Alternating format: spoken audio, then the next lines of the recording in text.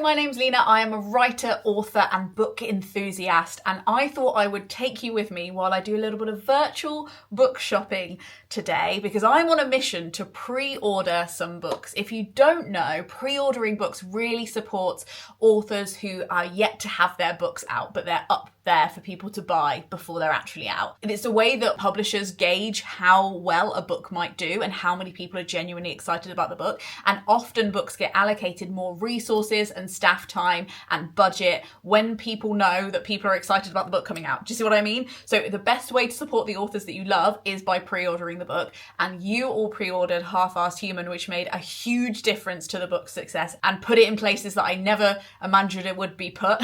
That sounds rude. Not like that. We're better than that. Steady on. So thank you so much for that. And as a little thank you, I thought I'd give you a little sneak peek at something the publishers just sent me. They sent me the original hand embroidery that was featured on my cover. And I am treating this like gold dust. I need to get it framed. But look at that. It's the actual, like somebody just, not AI, not a robot. Somebody did that with their actual hands, with their 10 digits. And it's absolutely incredible to look at. And in the age of AI, that is really lifting my heart right now. But anyway, I love books and I think that this year, I don't know what's going on, but I've talked to a few other bookseller and publisher friends and they agree that this year seems to be the year for big releases from legacy authors and people that people are already excited about. I don't know what's going on, but everybody seems to be releasing their books this year. I don't know if there's something in the air or people just feel like it's now or never. Will the world be here next year for me to publish my book? I don't know if there's just a kind of apocalyptic tone to it, but there's just so much coming out. So I thought I'd chat you through some of the stuff that I'm most excited about this year, and I'd love to hear below what you're excited about too. And then we're going to pick a few for me to put in my basket and actually pre-order because I'm excited about them. Anyway, first book, I'm actually a little bit late to pre-order. This book I've actually already seen in shops. This is Love in Exile by Sean Fay, who is an incredible writer who writes about the trans experience and trans research and stuff like that. And this book is about, it looks like it's a kind of mixture of personal memoir and more of an essays exploring the concept of love and who deserves love and how we see romantic love in this day and age. So it says Sean Fay grew up quietly obsessed with the feeling that love is not for her, not just romantic love. The secret fear of her own unworthiness penetrated every aspect and corner of her life. But as she confronts her damaged ideas about love and lovelessness, she came to realise this sense of exclusion is symptomatic of a much larger problem with culture.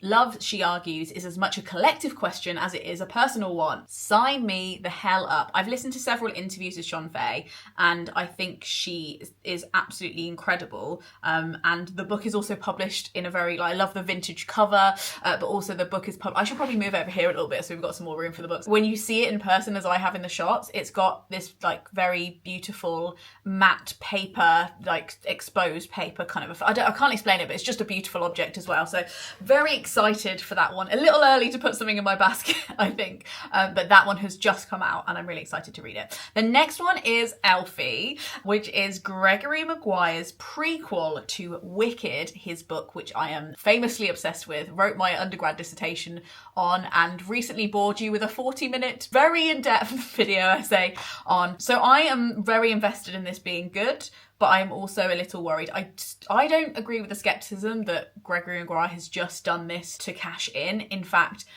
from a publishing perspective, I suspect that maybe this is something he's been working on for a while and publishing didn't think it was worth publishing until the film came out, because the film has been in development for like 10 or 15 years at this point. So I don't think he's a kind of cash grabby kind of man. And from the interviews I've watched, I think that he is a very genuine artist and he wouldn't do it if he didn't believe in it. However, I am confused about what's actually going to be in this book because this is kind of, the blurb just hints that it covers her childhood, and quite a huge chunk of Wicked, the original book, covers her childhood. So I'm worried that we're going to hear the same stories, but there is also a chunk of her childhood that's missing from the book. So we could just hang out in Winky Country and hear about her teenage years before she goes to university. Maybe. We'll see, but it goes to say that I'll be reading that either way. Although I might wait until the audiobook comes out, because I bet that he reads the audiobook and that would be very cool. Anyway, the next book that I'm excited about is called Moral Ambition. Now, I don't know if I've got any business reading this book because I own two of this author's other books, Humankind and Utopia for Realists. And have I read them? No! So I don't know if I've got any business buying his third one.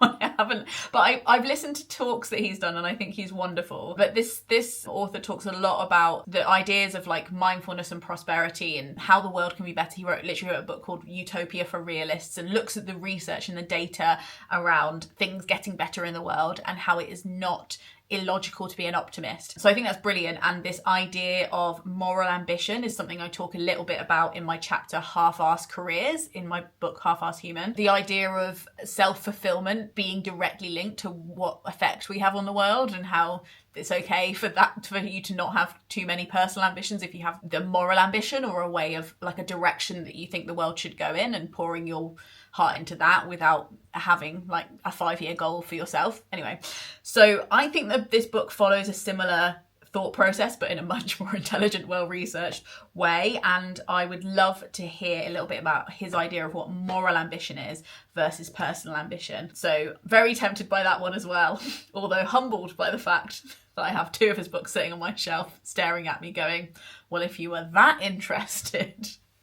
Anyway, Rebecca Solnit has a new book out. I've read almost all of her essay collections and I love them all, particularly Hope in the Dark, which is probably one of her most very famous ones. But if you love Naomi Klein, which I know a lot of you do, you'll probably love Rebecca Solnit. And this is a new essay collection she's got called No Straight Road Takes You There, Essays for Uneven Terrain. And what we are standing on right now is definitely uneven terrain.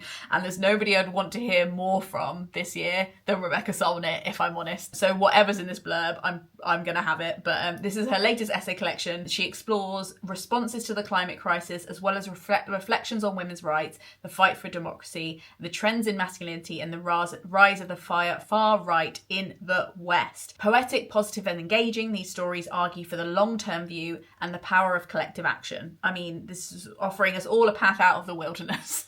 Take my money. Take my money. That one will be released on the 8th of May, so not too long to wait. Another book that's coming out on the 8th of May is Bad Friend, Why Friendship Breakups Hurt and How to Heal by Michelle Elman.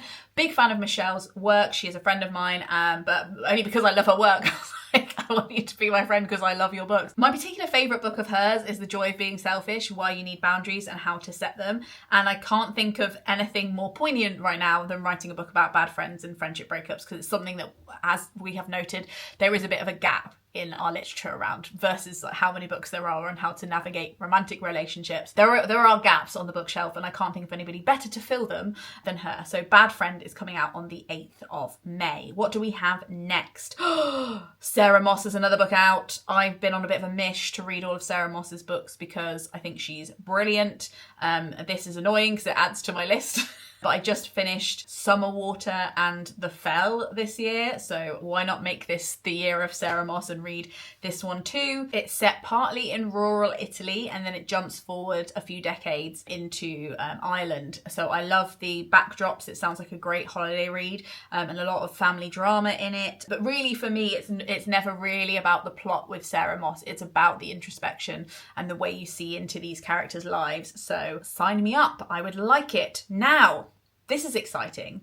Joanne Harris, who wrote Chocolat, which you may also be a cult fan of the silly 90s film, which I personally still love. This is really interesting to me because after all this time, Joanne Harris is releasing a prequel, it's the year of the prequel, to Chocolat, about how she gets to the French village where the events of Chocolat happen. So it's set 6 years before that, and about her pregnancy and how she had her child that we meet in Chocolat and stuff like that. I'm personally invested to read this. I would love to know what happened. I don't know if everybody will care, but I definitely do, and I'm excited about that one too, especially to read some writing about delicious food and stuff as well. I'd love to read some descriptions of that. Alison Bechdel, a wonderful author. You might know her from her best-selling book Fun Home. I interviewed her during lockdown and it was one of those events that I was like, I really wish this was in person because you're literally one of my literary heroes. But Alison Bechdel has a new book coming out. Forever tongue-in-cheek, Alison Bechdel is a literary genius who is also a comic book illustrator, so the books are very like kind of literary graphic novels, and they're always autobiographical as well. So I'm just going to read you the first paragraph of this blurb because it's brilliant.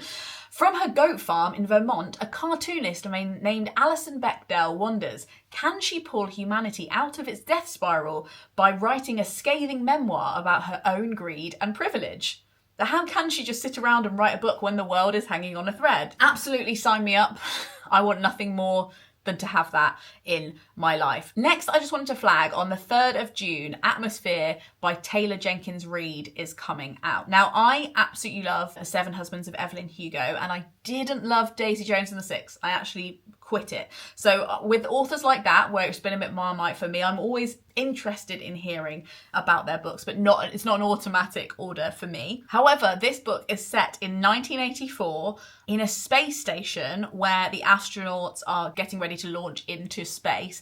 And I've just read Orbital, and I would like to live in that world for a little bit longer. So settings-wise, I'm definitely in, and therefore I'm probably going to give this one a read. And it's a really nice cover as well. I'd be really willing to give this one a go. But just a flag for any religious Taylor Jenkins Reid fans, that's coming out. Now, on the 30th of April, Joe Dunthorne, one of my favourite authors ever, is releasing a memoir, or it's a memoir kind of about his great-grandfather. On the trail of one jolly grandpa with a patchy psychiatric history and an encyclopedic knowledge of poisonous gases, Joe Dunthorne is forced to confront the uncomfortable questions that lie at the heart of every family. Can we ever understand where we came from? Is every family in the end a work of fiction?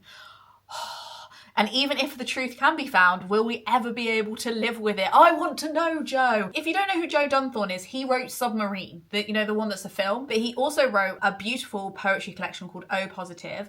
And he wrote another book that I absolutely love called The Adulterants. I've read that one twice because it's so funny and also short. So I would love to read something else from him, and I will be buying this most definitely. Previous hero of mine, Catelyn Moran, is releasing a new book this year called Essays on Women. And I have read everything she's released in the hopes that she will, as a legacy feminist writer, write more in depth, or at least acknowledge in a very straight and positive way the existence and importance and value of trans people. She, in her last book, did mention a trans person in passing in a non-derogatory, acknowledging kind of way, but it was definitely in passing.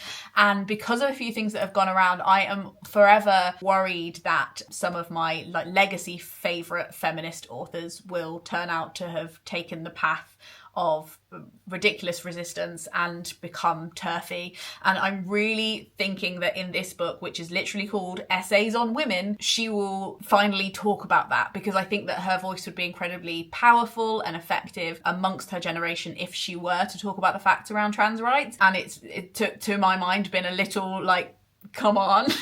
Whenever she's written about women and not really talked about her current feelings about it. So I'm really hoping that this book contains that. And if it doesn't, I'm gonna maybe just give up hoping. So for any of you who are kind of legacy Catelyn Moran fans from the noughties and early 2010s, I'd love to hear what you are hoping for in this subject. But I'm watching this with one eye being like, please. Not Quite Dead Yet by Holly Jackson is coming out. Holly Jackson is my favourite crime writer. I think A Good Girl's Guide to Murder, particular in audiobook, is an absolute freaking masterpiece, that series. And I also really loved Five Survive, so I'm very ready for more from her. And this one is particularly interesting because it is about a person who has to solve their own murder before they die. They've been so grievously injured that they're probably going to die in the next week. And before they die, they want to work out who has injured them like this and is as a result killed them, which is such a great and challenging concept for a book. So you have to respect the hustle, and Holly Jackson, I'm excited to hear how the hell you pull that off. Emperor of Gladness by Ocean Vong, I'm excited about as well. Not only because I love Ocean's work and I think they're brilliant, but also because this book is about something I said in one of my last book videos when I mentioned The Wedding People, that I wanted to read more books about people who thought about ending their own lives and ended up not, and the narrative around how that happens and how a community can rally around somebody. And I think there should be more books about that. And this is a book about that. And it's also about somebody, so I'll just read it out because I'll stop trying to explain it. 19-year-old Hai stands on the edge of a bridge in the pelting rain, ready to jump when he hears someone shout across the river. The voice belongs to Grazina, an elderly widow succumbing to dementia who convinces him to take another path. Bereft and out of options, he quickly becomes her caretaker. Over the course of the year, the unlikely pair develop a life-altering bond. Yes, I love age-different, pure, platonic friendships, and I love the concept of this book, and I want it in my brain right now. And I know that Ocean would treat anything like that with a real sense of reverence and nuance, and I just think it sounds like the perfect book for me. This is the only book on the list where the author, I don't know who the author is, but I love the concept of this book, so I wanted to tell you about it. This is called The Husbands by Holly Gamazio, and it is about a woman who finds a strange man in her flat who claims to be her husband. All the evidence from the photos to the electricity bills suggest he is right. Lauren's attic, she slowly realises, is creating an endless supply of husbands for her. There's the one who pretends to play music on his toes, the one who's too hot and there must be a catch, the one who makes a great breakfast sandwich. But when you can change husbands as easily as a light bulb, how do you know whether the one you have now is the good enough one or the wrong one or the best one? How should you keep trying to find out? So my impression from reading a bit more about this book is that she can send them back up to the loft to get another one, but she can't get the one that she sent up back. So it's kind of like a kind of magical version of Tinder, but like inbuilt into your house. And I love reading books where the concepts are ridiculous to see how the author will pull them off. And usually it's really entertaining and like quite moving sometimes. So just concept wise, I'm really into that book. I definitely want to read it. Almost there. Dead and Alive by Zadie Smith is coming out later, maybe October. Yes, 30th of October. So we've got a while to wait for this one. This is a new essay collection. I love Zadie Smith's non-fiction. I think it's brilliant. And this one is just a collection of subjects that have pulled her attention in the last few years. So she invites us along to the movies and to Glastonbury to witness the ascendance of Stormzy. She asks us to look again at the young Michael Jackson and to mourn with her the passing of writers like Joan Didion, Martin Amis, Hilary Mantel, Philip Roth and Toni Morrison. I love to hear what she thinks about that. I think she's like one of the best thinkers of our age. So yes, I'll be waiting till October. Sadly, for that. Book of Lives, a memoir of sorts. Margaret Atwood is releasing a memoir of sorts about her life, and I am very, very interested in that. She grew up in northern Quebec, and she had this like quite nomadic childhood of like learning and science and bugs. So I'd love to hear about that. And the back of the book also has this really, I can't find it now, this really stunning picture of her as a young person as well. And I just love her writing, and I'd love to hear a little bit about a little more about how it came about, also about her journey to writing The Handmaid's Tale. And it says it's bursting with bohemian gatherings, her magical life with the wildly charismatic Graham Gibson, who I met once and he was absolutely brilliant, and the major political turning points. We meet poets, bears, Hollywood actors and larger than life characters straight from the pages of Atwood novels. I can't wait, and apparently I have to because it's not coming out till November. Very annoying. Now, which ones am I going to put in my basket? I think it's going to have to be Love in Exile, because then I don't have to wait. By the way, I'm buying all my books on bookshop.org, and you should as well. They support independent bookshops, and you can even buy through your independent bookshop on bookshop.org, and it's absolutely great and a great alternative to Jeff, who doesn't even read. Why are we giving him money for our books when he doesn't read? Anyway, I would put Elfie in my basket, but I think I want the excitement of being able to walk into a shop and buy that one. Nerd. Don't know why. Oh my God, I can't decide. Do you know what? I'm going to take a chance on this husband's book, just because I think it sounds absolutely brilliant. So they're the two that I am coming away with this time. I am happy with those choices. Both new authors that I want to support, and they look like beautiful physical objects as well, which is, again, honestly what I'm looking for as well. Otherwise I'll buy it in audiobook or ebook. So I'm excited about both of those. How juicy. Let me know what you are reading right now and what you're excited for release-wise this year. Especially tell me about anything I don't yet know about. I'm always curious, always looking to add to my ridiculously long TBR.